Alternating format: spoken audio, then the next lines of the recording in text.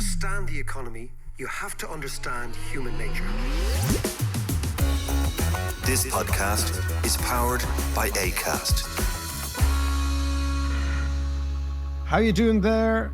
It is the final podcast of the little mini odyssey that had me traveling around the world from Croatia to Venice, from Venice to the scene of the Flight of the Earls. And I finally left Switzerland. I would just like to thank very much. I had a bit of a mare yesterday. I'd like to thank the employees of Aer Lingus. I'm not too sure who it was, for finding John my passport. You're a fucking disaster when it comes to travel. I don't know how you make it around the world. I really don't.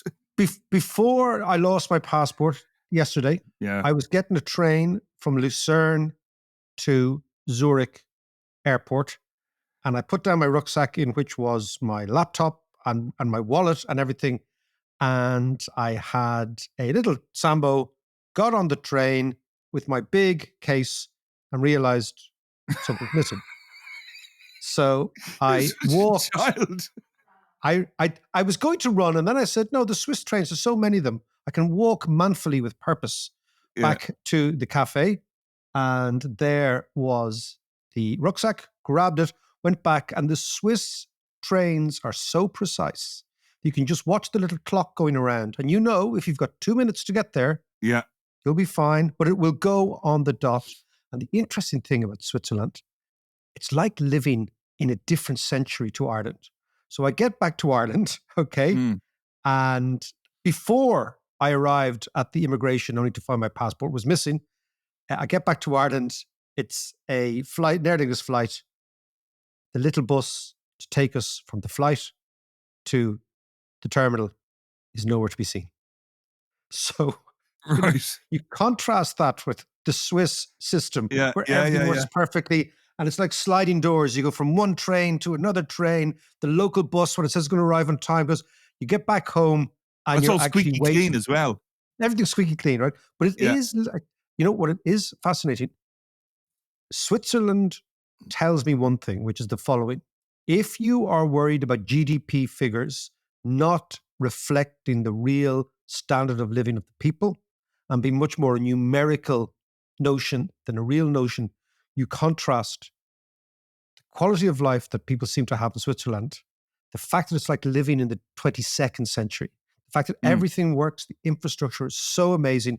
You contrast that with the Lagos-esque chaos that is Ireland, and you realize we are not necessarily living in Western Europe, we're living in Western Africa in the Atlantic, right? And we have a long, long way to go. But that's just rant over. Yeah, well, absolutely. And we probably need a little bit of Musk-esque Doge in the country. Well, you see, I'm not sure, because the interesting thing about Musk-esque Doge, if you go to America, huge parts of America are like living in the third world. Well, that's true. What I'm saying is, they still use checkbooks and stuff, you know? They use checkbooks, but the point is, like, you go to the large parts of American cities which are totally and utterly desolate, which are denuded of people, which are derelict, which are falling down. The Swiss, everything is pristine. There is no dereliction. There are no vacant sites. There are no ugly, I mean, as I always say, the way Dublin quays sometimes look like the set of teeth of a drunk. Smile, there's big gaps all over the things, okay? None of that in Switzerland. It just runs extremely well. So how come it does, though? That's what I wanted. The podcast today, John, we're going to talk about the prospect of the future of this country, democracy, etc. in general. We're going to look at the prospect of, because I see there's been polls and polls and polls, more polls about a united Ireland.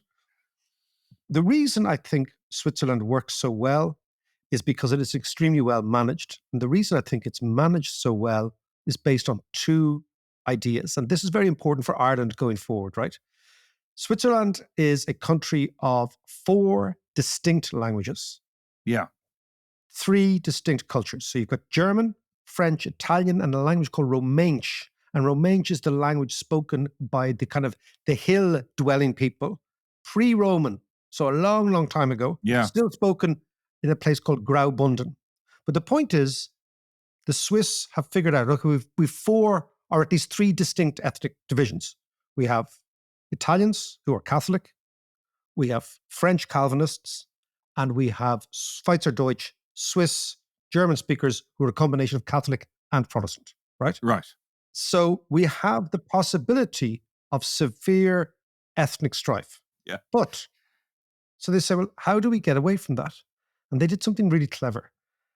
They have a thing called direct democracy, Yes. which is that every single local council runs their own affairs, right? Yeah. So, John, if you look at the way, let's say, take American Power. Yes. Because I know it's really getting in your wake, right? Oh, it sure is. My anxiety has been rising all week with all the lectures we've been getting from the Americans. Lectures and scolded, and we're not this. Yeah, we're on the naughty step. We're very much on the naughty step, but very much on the naughty, a place I don't mind being, it must be said. But at the core, John, of the American power nexus at the moment is an imperial sense of an imperial power where all the potential of the state and the power of the state resides in the president. Yeah. The most beautiful thing about Switzerland is nobody can even name the president. Right. You can name the president of France. You can name the prime minister of Germany. You can name the prime minister of Italy. Yeah. Nobody has a clue who the prime minister and president of Switzerland are. I defy podcast listeners to tell me who is the prime minister of Switzerland. So what kind of role does the prime minister play then? So basically, if you imagine power in the American sense to be a pyramid, so it all funnels up to the very top, and at the top you have your friend Donald making these massive decisions. Yeah. Right? Massive decisions on a whole host of things. Yeah. Imagine power in Switzerland is funneled the other way. So all the power resides at the base of the pyramid, and at the base of the pyramid is local people. So local people tax themselves in a canton structure. They make decisions for themselves. They have to mandate each other. So if you want to change something in a local canton, you have to get X amount of signatures and have a plebiscite. Yeah. And all the while, what you're doing is you are making local people responsible for local issues. So much so that the government and the president and the prime minister are only responsible for foreign policy, military policy, and overall transport policy, right? Mm. Now, what that does is it invigorates the sense of democracy because it is what they call a real participatory democracy. So if you can imagine, we have what you could call a spectator democracy. So do the Americans, right? So once every 4 years, the gladiators go into the Colosseum. There's a massive, big presidential or normal election, and you stick up your thumb for that fella or that one, thumbs up or thumbs down, and then we disappear and we don't ever get involved in democracy again. That's our job done. Yeah, yeah. And then we all the shout from promises side are made, and then, And then we shout and roar and say, I can't believe they did this, right? The Swiss have a live democracy, which means that every single issue is voted on by the people. So they have referendum, once a month type of thing. Probably once every couple of months or once every few quarters on big issues. Yeah. Right? How come this system came about? Now, that probably stems from their Calvinism, because Calvinism is all about empowering the individual against the church. So I'd say it's deeply rooted. Right. So, but who set this up, and what kind of constitution did they have? There was a thing called the Swiss Confederation. So the Swiss Confederation is the 1600s. So basically you have Switzerland becomes a Calvinist country based around Geneva. And Geneva was full of French Calvinists, the Huguenots, who were fleeing from persecution in France. Yeah. And their whole idea was, there's many ideas, but in terms of what we're talking about, their idea was that once you have power at the very, very top, you get corruption because there is a huge incentive for the person at the very top to pay off everybody else. So if you decentralize power, if you bring it to the locals, and if you create a system where it's almost impossible for the locals to get pushed around by somebody remote, then what you have is a system that works extremely well. So it's very, very different to any other democracy in Europe. Now, why it's interesting for Ireland is the following. We are going to talk to Paddy Cullivan, the great Paddy Cullivan, in a couple of minutes, right? About his new show, which is traveling in the States. But I want to talk about it. So it's about the potential for a united Ireland, right? Yes. And we know that the polls are all suggesting this and all that sort of stuff, demography, and it's something we have to get our heads around very soon. I happen to think that the only way a united Ireland would work is if we adopt the Swiss model of direct democracy and decentralized power. And the reason is the following. The Swiss understood that because the Germans and the French don't like each other in Switzerland, if you had a situation where a French canton or a French local government was being dictated to by Germans, it would create and reignite very quickly the inter-ethnic strife that characterized German and French relations for years. So what they said is, in the way to avoid a remote German German-speaking parliament, imposing their will on French Calvinists, is you reduce all power to the locals. So the Italians look after themselves in that area where they speak Italian, the French look after themselves, the Germans look after themselves, and they can come together on things like foreign policy, on flags, on whether they should be neutral or not.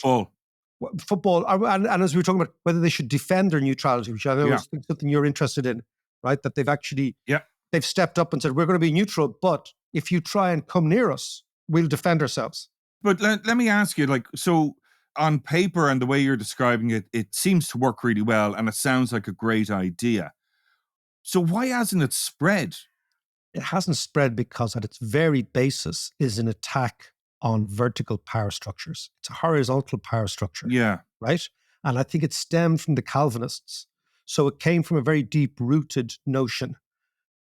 Imagine in Ireland, if you tried to do that today, it would mean the Taoiseach would have no power. Yeah. Parliament, the Dáil, would have very little power. Yeah. All the power will be ceded down to local government. It means the existing power structures, the civil service, the way we give out grants, the bureaucracy, or what I call it, the grantocracy, okay? Which is an entire political system which operates around getting grants. That would all diminish. So it's a way of which, if you were inverting power, the very people that don't want it are the powerful. Yeah, okay. So that's why it but has also, not... is it the fact that Switzerland is a wealthy country?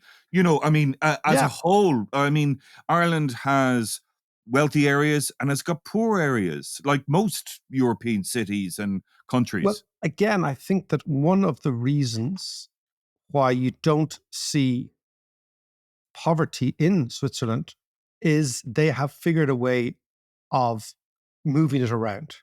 So you don't have homelessness, you don't have significant ghettos. I mean, you do, but they tend to be more immigrants. They're not local people.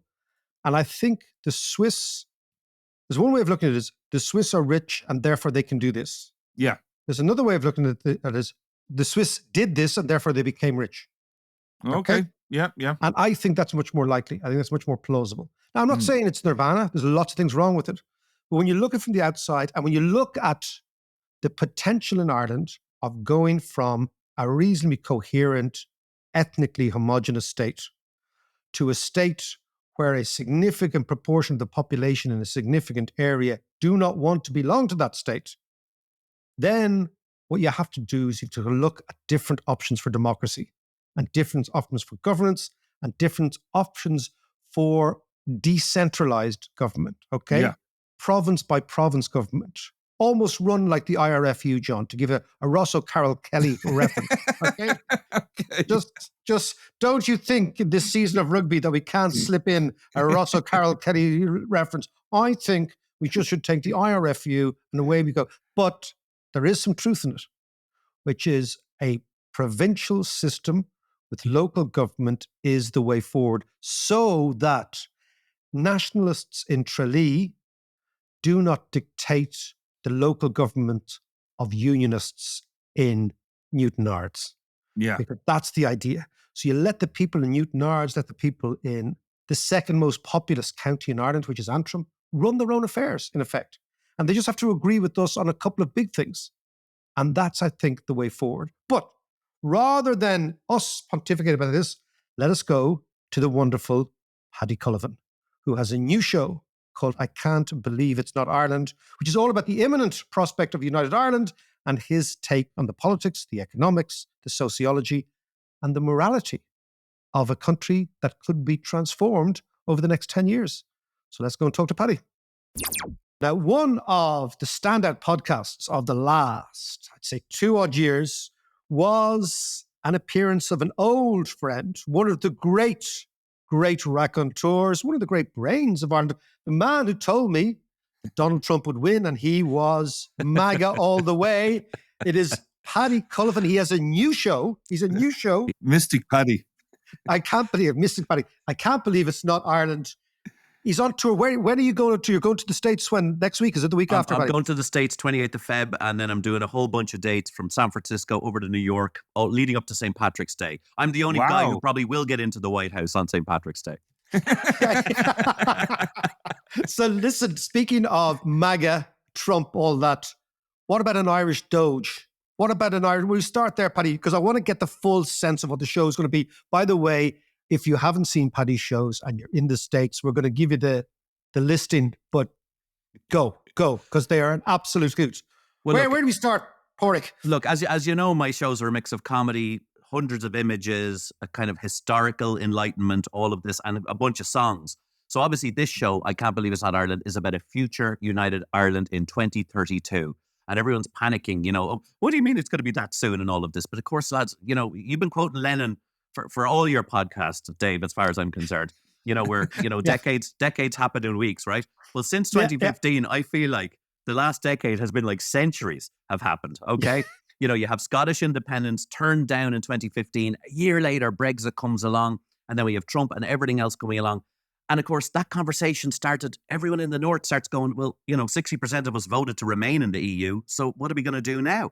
And so I started to look at it and see, what is the future united Ireland going to be like? But the problem is, no one's talking about it. There's one great group called Ireland's Future I'm a member of and stuff like that, but we are not prepared. And as you've seen with something like Brexit, these things can sneak right up on you. People think this is 10 years away, 20 years away. But the problem is, as you just said, the IMF might be coming into Britain. Keir Starmer might turn around and go, why don't we offload this thing called Northern Ireland? It's a pain. Or if Reform get in, they'll go, why don't we offload this thing? And it could be tomorrow. They could call a border poll tomorrow as quick as you can say Hillary Benn. And the problem with that is, lads, is that we are not prepared.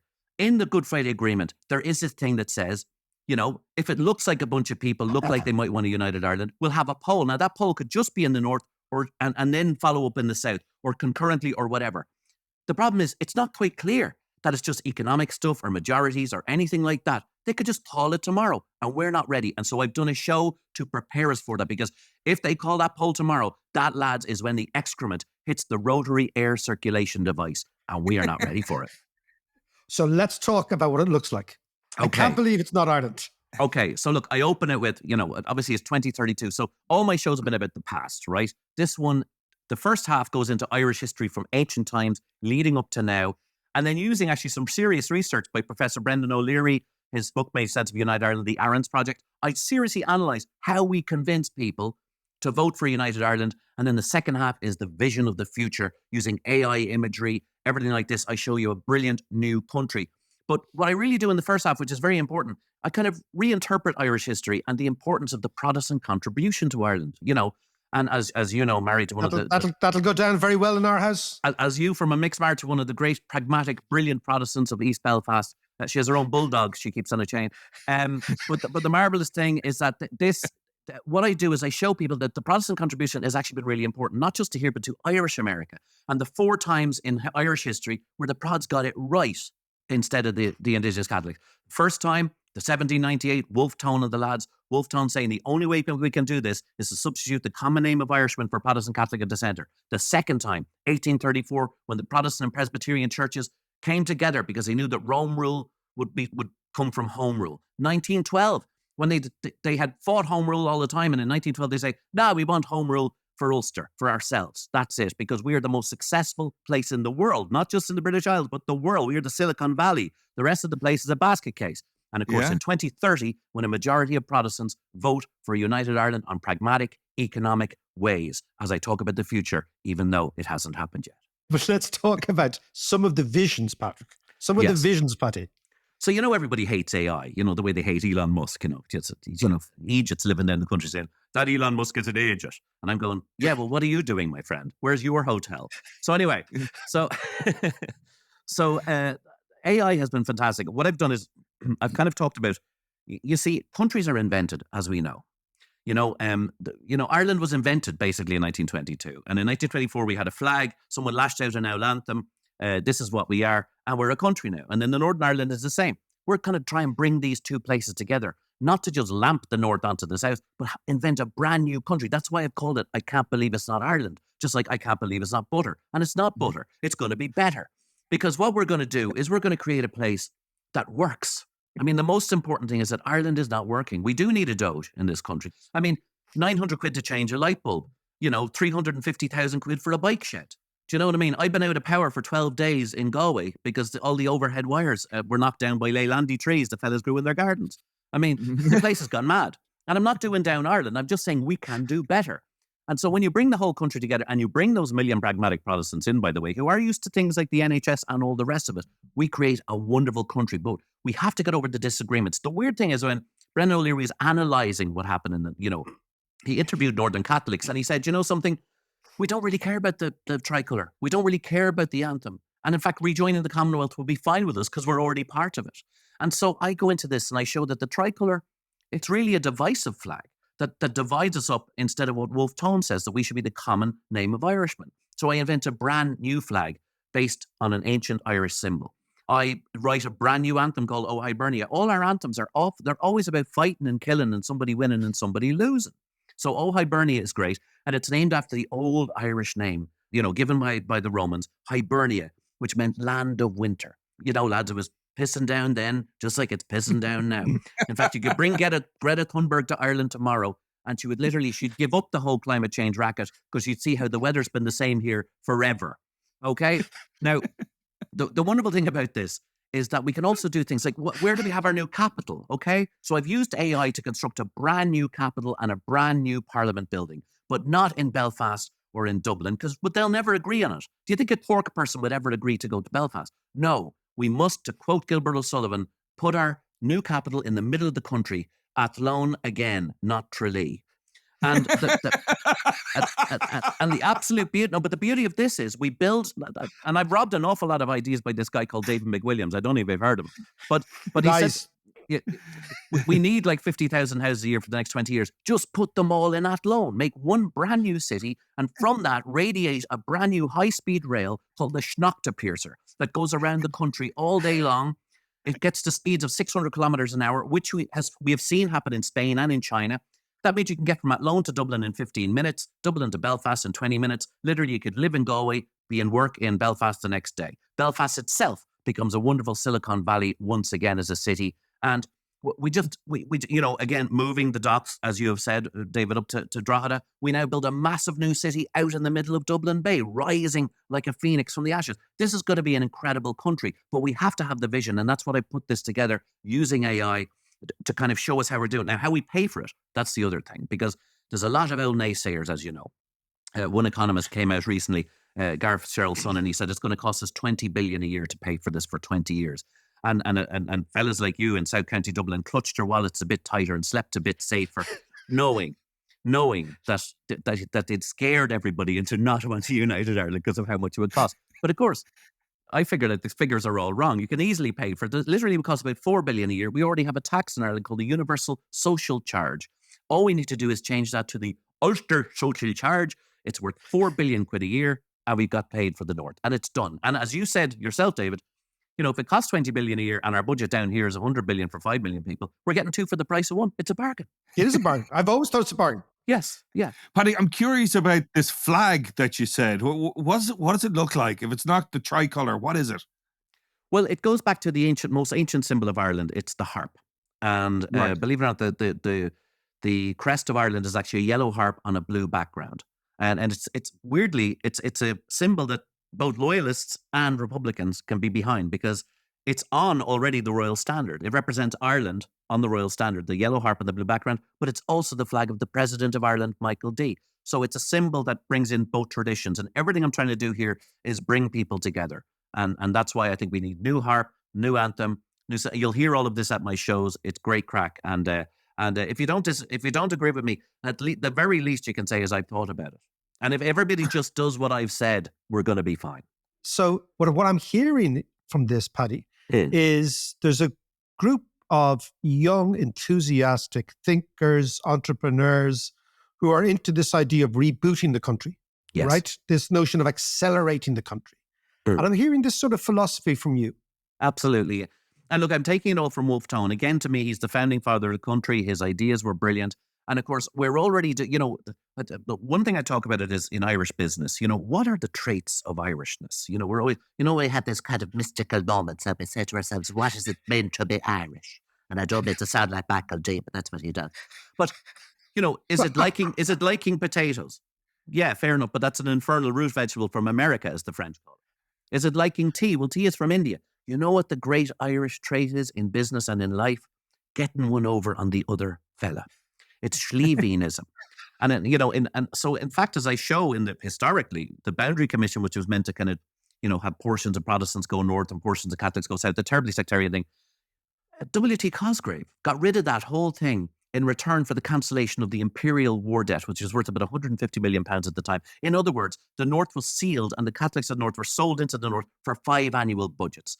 Now, it was a scandal when it came out in 1969, and it was awful, and I feel terrible and all, but great move, though. That saved a huge amount of money.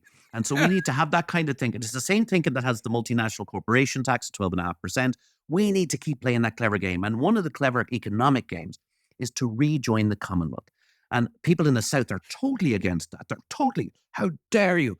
How dare you want to be part of 55 countries that are ruled by King Charles III?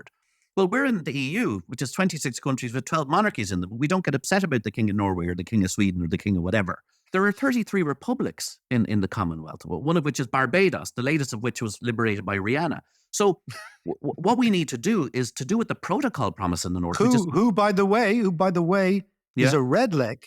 And the red legs are the descendants of Irish indentured slaves or servants who were sent over by your mate Cromwell. Yeah. And the reason they're called red legs is they used to wear sheets over their heads if they could to get away from the sun. But because they couldn't cover their legs got sunburned. And Rihanna tells about being slagged in school because she's just that slightly off black. She's got a combination of black and white, red leg, and she liberated Barbados. She liberated Barbados. But my point is that you create this world where Ireland is both a member of the EU, a united Ireland, and a member of the Commonwealth, and become this kind of halfway house, this conduit. And again, all those benefits that the North was going to get for the protocol, but the Unionists couldn't see it, accrue to us now. And that also generates huge amounts of wealth. But also, there are other things we need to do in the country. Get rid of NIMBYism, make planning far easier, be able to build effectively, get Garth Brooks to come and play 365 concerts in a row in Ireland, generating masses of wealth. And anyone who complains about it, just the old Irish way, throw $5,000 into their letterbox and say, go off to Spain for a while and you'll be grand. So this stuff is very important. And I know I'm being facetious here, guys, but there's a really serious intent behind all of it because no one is thinking about this future and it's credible. And again, it gets kind of weird at the end. Like it goes from very serious economic stuff and serious of like the end, having a proper NHS and all of this to, which Tato do we pick? Because again, like Ireland is divided. We have 2 different potato chips called the Tato. There's Tato in the north and Free Stato in the south. Now, Free Stato is superior, obviously. But again, all of these come from a serious place of let's think about the future. Let's invent a country. How much fun is it to actually start again and actually make something incredible and positive and optimistic? And I want to use the power of the Irish diaspora as well. And in this, I kind of look at the Good Friday Agreement as well. Like when the peace was breaking out, it wasn't Labour or those lads who helped us out. It was John Major and the Conservatives who started this move, which is quite interesting. And so when we look to America now, which could be ruled for the next 12 to 20 years, the Democrats in such disarray, I predict a President Barron Trump in 2036. We need to start making friends there as well and realizing that there are diaspora there that we haven't even picked. And funny enough, as I bring the show to America, I will be bringing it to Irish America. And all these ideas that people have about Irish America are quite strange in that 53% of Irish Americans are actually from a Protestant or Presbyterian or Ulster Scots background. It's only 47% are Catholic. And so I want to do the same thing I've done here with my shows, which is try and bring those audiences together, unite them in a common purpose. And I want to do the same in America because even in the cabinet now, you have RFK Jr., Irish Catholic, stock, all the place. J.D. Vance, which I've traced back to a Reverend Vance in Kilmacrennan in Donegal in the 1600s, who converted to Catholicism. So we now have 2 Catholic Irishmen in the White House cabinet. So lads, stop complaining and start making friends. Brilliant, Paddy. Tell us just before you go, where do we get the tickets and what are the dates? Yeah. You can come to my American tour and my tour all over the place. Go to paddycullivan.com for tickets. I'm starting in San Francisco March 1st. I'm doing a Michael Collins show there as well on February 28th. Then I move into Kansas March 4th. And then I'm going to be in Portland, Maine, Boston, and New York City as well, and out in Port Jefferson as well. So go to paddycullivan.com for tickets to this. It's a show I want everyone to come to. It's a lot of fun. It's a lot of laughs with some really serious research, deep historical insight. And, you know, the one thing is, my other shows, let's be honest, guys, The Murder of Wolfe Tone and The Murder of Michael Collins are a little bit depressing. This one, you walk out of the room and people have walked out of it where they've seen it in Belfast Reps and say, I feel a lot of optimism. And in the kind of world the way it is today, I want people to walk out of here, you know, to quote Noam Chomsky, with a bit of optimism over despair. And so when they walk out, and what I really want to get across to is, guys, we can talk about the past all we want. We can talk about what the terrible injustices done to us. We can be victims forever, or we can come together and say, what is the new opportunity we have? You know, as the great Roy Walker, you know, talking about mixed marriages again, Dave. The great Roy Walker, who was the presenter of Catchphrase, an East Belfast prod who married a Catholic woman and was burnt out of Belfast, you know. He went back to Belfast and he went back to his hometown and he said, look, it's great coming from Belfast and it's great. I love where I come from, you know, but it's not where you come from. It's where you're going. And in this country, in Ireland, we really need to start thinking about where we're going, not where we are and not what happened to us in the past. And that's what I Can't Believe It's Not Ireland is all about. Wonderful stuff, Paddy. Wonderful stuff. And we will talk to you again. Listen, best of luck with the gigs and we'll talk to you soon.